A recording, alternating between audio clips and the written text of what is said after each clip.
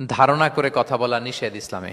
ওয়া ইন্না যান্না লা ইউগনি মিনাল হাক্কি শাইআ, আল্লাহ বলেন ধারণা কখনো সত্যের বিকল্প হতে পারে না। আপনাকে সত্যটা জেনে বলতে হবে। আমরা এরকম সমাজে অনেক করি, অনেক আপনি পাবেন। ধরেন যে আপনাকে আপনার এক বন্ধু দেখলো, রিক্সা দিয়ে যাচ্ছেন, আপনার পাশে এক নারী বসা, তো সে অনেক কিছু খারাপ ধারণা করতে পারে।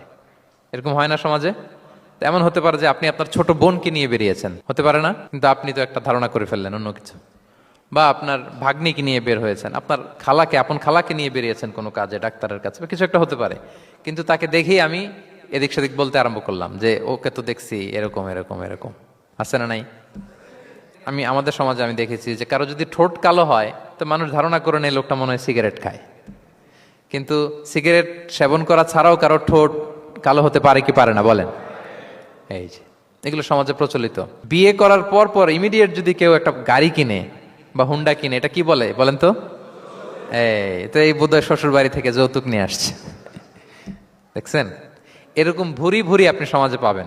আন্দাজে ধারণার উপরে আমরা অনেক কথা বলে ফেলি, কিন্তু নিশ্চিত না হয়ে আপনি কোনো কমেন্টসে যেতে পারবেন না, এটা একেবারে নিষেধ।